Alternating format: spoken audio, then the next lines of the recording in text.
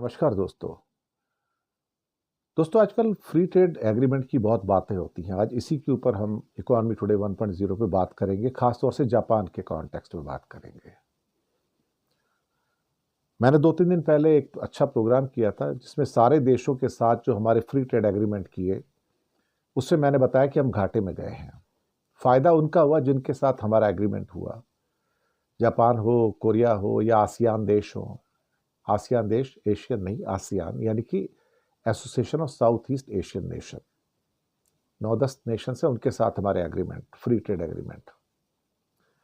Australia के साथ हुआ, ओमान के साथ हुआ, न्यूजीलैंड के साथ हुआ, ब्रिटेन के साथ हुआ, स्विट्जरलैंड के साथ हुआ, जिसके साथ हुआ, यूएई के साथ भी हुआ, हमने घाटा खाया।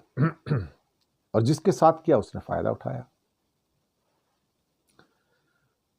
हमारा सबसे एक पुराना जो है उसमें, जिसको करीब 14 साल हो गए हैं, वो जापान के साथ था। अब जापान के साथ मैं आज एक आइटम को ही डिस्कस करूंगा, क्योंकि फ्री ट्रेड एग्रीमेंट में अगर एक एक आइटम भी डिस्कस कर ले तो हमें पता लगेगा कि हम दुनिया में कहाँ खड़े हैं।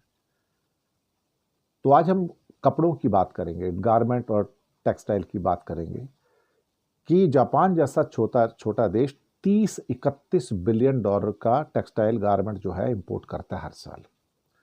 उसमें से करीब 60% चाइना से आता है और बाकी उसके बाद दूसरा तीसरा जो सबसे बड़ा सप्लायर है उनमें वियतनाम और बांग्लादेश है। और यही तीनों दुनिया के टॉप सप्लायर हैं। दुनिया में करीब करीब 30% का गारमेंट सप्लाई या टेक्सटाइल सप्लाई जो है चाइना की है और 7% बांग्लादेश और वियतनाम की है। ये सही सबको पता है। लेकिन मुसीबत सारी यहाँ पर यह है कि जापान के लोग या कोरिया के लोग या दुनिया में बाकी देश भी जो हैं, उनको एक टॉप क्वालिटी चाहिए होती है साहब। हम दरअसल टॉप क्वालिटी पैदा करने में यकीन नहीं करते। हमारे जो क्वालिटी स्टैंडर्ड्स है ना, बहुत पुअर है एक्चुअली देखा जाए तो। अब समस्या ये हो जाती है यहां पर कि हम करें तो करें क्या। अल्टीमेटली 31 बिलियन डॉलर में हमारा योगदान तो कुछ है ही नहीं, कुछ भी नहीं है। तो हमारा तो ले दे के लेस देन 1%, यानी कि 234 मिलियन हो गया। ले दे के क्या है, 2000 करोड़ का एक्सपोर्ट है हमारा। हमारे से तो 50 गुना ज्यादा एक्सपोर्ट बाकी देशों का है। अब होता क्या है ना कि जापान एक ऐसी मार्केट है जहां पर आपको कपड़ा भी अच्छा होना चाहिए, क्वालिटी भी अच्छी होनी चाहिए, स्टिचिंग भी अच्छी होनी चाहिए, कलर्स भी अच्छे होने चाहिए, पैकिंग भी अच्छी होनी चाहिए।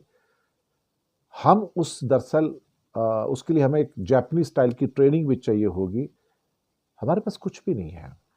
हम अपने लोगों को ट्रेनिंग देना नहीं चाहते। वो हमारा वो एटीट्यूड ही नहीं है। हमारा कई बार आइडिया होता है ना, हम कबाड़ बेच देंगे लोगों को। जो सी ग्रेड के गारमेंट्स आते हैं ना, 2 के साथ 2 फ्री, 2 के साथ 3 फ्री, जैसे आप कई शोरूम के अंदर आपको मिलेंगे ना घटिया किस्म के कपड़े, तो हम उसी किस्म के कपड़े दुनिया को देना चाहते हैं जो हम पहनते हैं। लेकिन दुनिया वो नहीं पहनती ना भाई। दूसरा क्या है ना, उनका वो टाइम की बड़ी इज्जत करते हैं। अगर वो कहेंगे मुझे 30 दिन में सप्लाई चाहिए तो 30 दिन में ही चाहिए। जापान ही तो वो कंट्री है जो जस्ट इन टाइम का पूरा कॉन्सेप्ट लेके आता है कि भाई आपने टाइम बोल दिया 30 दिन, मतलब 30 दिन मुझे सामान मिल जाना चाहिए। यहाँ पे बात खत्म होगी। मुझे कोई बहानेबाजी नहीं चाहिए। आप कहोगे नहीं मुझे शिप नहीं मिला, मुझे ये नहीं मिला, कंटेनर नहीं मिला, मेरे पास हड़ताल हो गई, लोग चले गए, नहीं, कुछ नहीं, नथिंग, एब्सोल्युटली जीरो। वो आपकी कोई बात नहीं सुनेंगे। उन्हें आपका कोई बहाना नहीं चाहिए। आप सोच समझ के बोलिए। और आप कहोगे अच्छा ठीक है मैं 50 दिन में आपको देता हूं, तो कहते नहीं 50 दिन नहीं, हमें तो 25 दिन में चाहिए। चाइना दे रहा है, goodbye tata thank you. या वियतनाम दे रहा है, बांग्लादेश दे रहा है, goodbye tata thank you. हम ना कॉस्ट में compete कर पाते हैं, ना क्वालिटी में compete कर पाते हैं, ना टाइम में compete कर पाते हैं, ना हम डिलीवरी में compete कर पाते हैं। हम किसी में compete ही नहीं कर पाते हम। और हम चाहते हैं कि दुनिया हमारा कबाड़ खरीद ले, तो वो कबाड़ नहीं खरीदेंगे ना हमसे वो। और हमारे पीयूष गोयल जी कहते हैं कि आ, मतलब फ्री ट्रेड एग्रीमेंट होके 14 साल से हम 1% का शेयर हासिल नहीं कर पाए जापान का। 14 साल कम पीरियड नहीं होते। तो उनके जो क्वालिटी स्टैंडर्ड्स हैं बहुत बहुत सख्त हैं। उनके जो स्टिचिंग प्रेसिशंस हैं, कलर फास्टनेस है, केमिकल सेफ्टी है, कौन सी डाइज यूज की गई हैं।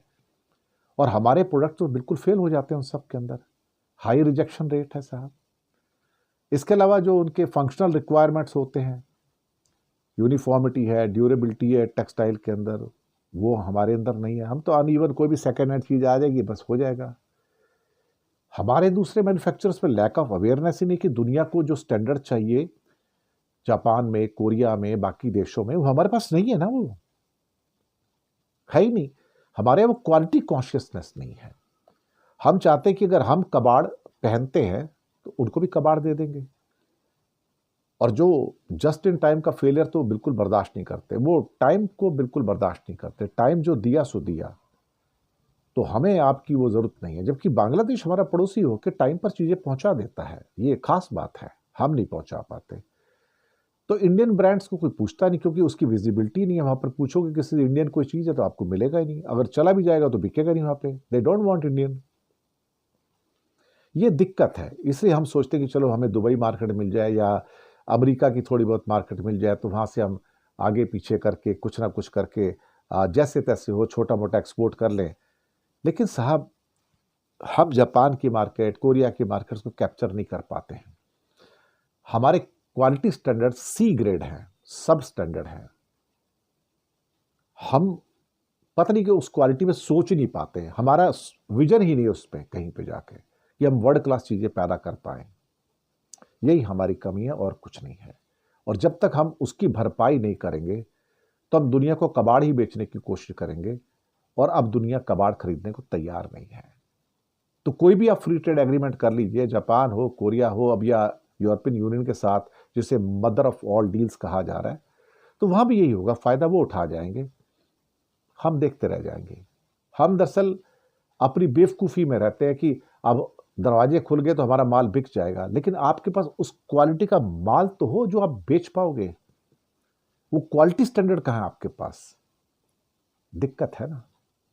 आज मैंने एक एग्जाम्पल दिया जापान का, और हम अलग अलग एग्जाम्पल देंगे आपको, इस ढंग से बताएंगे कि कहाँ कहाँ हम कैसे कैसे मार खाते हैं।